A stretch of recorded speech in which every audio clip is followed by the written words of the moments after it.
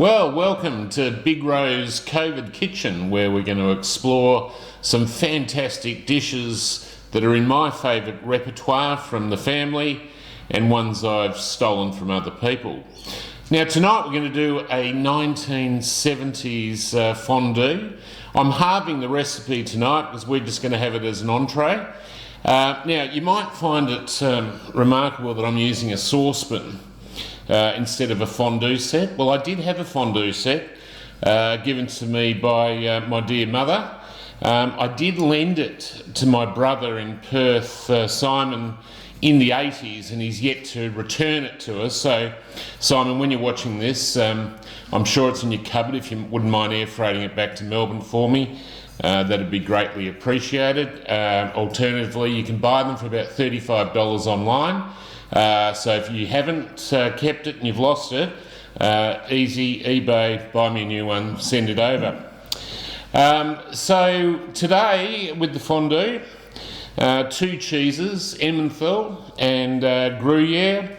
Normally it has Kirsch in it, which is sort of like a cherry almondy brandy. Not a big fan, so we're not going to have that today. We're just going to put a little more white wine in it, and that should counteract for a nice creamy cheese fondue.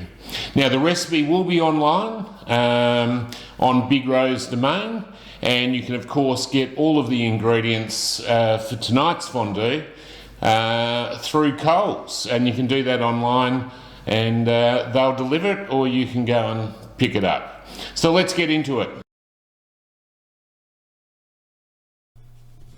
So to commence, I've just got half a clove of garlic, and I'm just rubbing that around our make-believe fondue pan.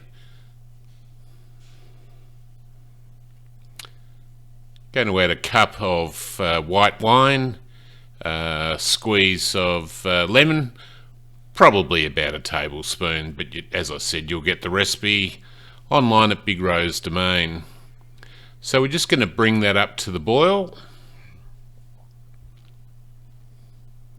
And while we're doing that, we're just going to prepare some lovely Baker Blue 17-hour sourdough, which we're going to dip in our lovely fondue as soon as it's ready. And as you can see, a very quick dish to prepare. So we've now got the hot wine, adding the 2 cheeses, and we're going to bring that all together.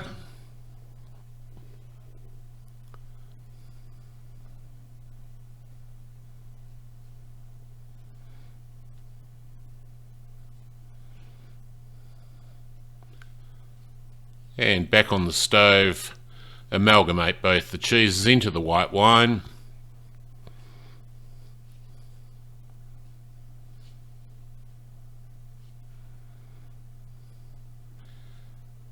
And now we're going to add the flour,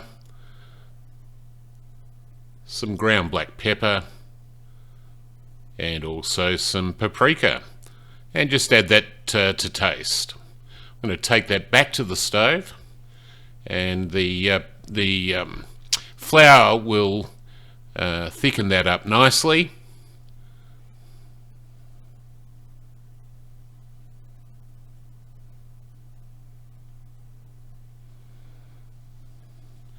Bring that to the boil to cook the flour out, and we're done. So that's thickened up nicely. And we're now ready to start.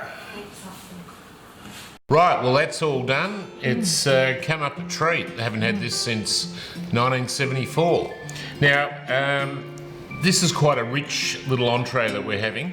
So I went down to see my friends at Dan Murphy's this morning, and looking for a recommendation from them in the terms of a Riesling, which I don't normally drink a lot of, but because of the richness I thought it'd be a fantastic wine to pair with the 1970s fondue.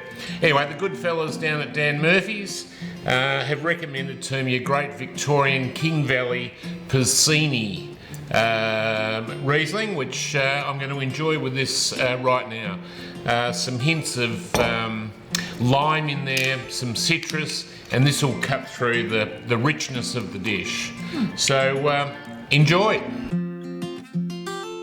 And as they say up at the King Valley, bon appetito.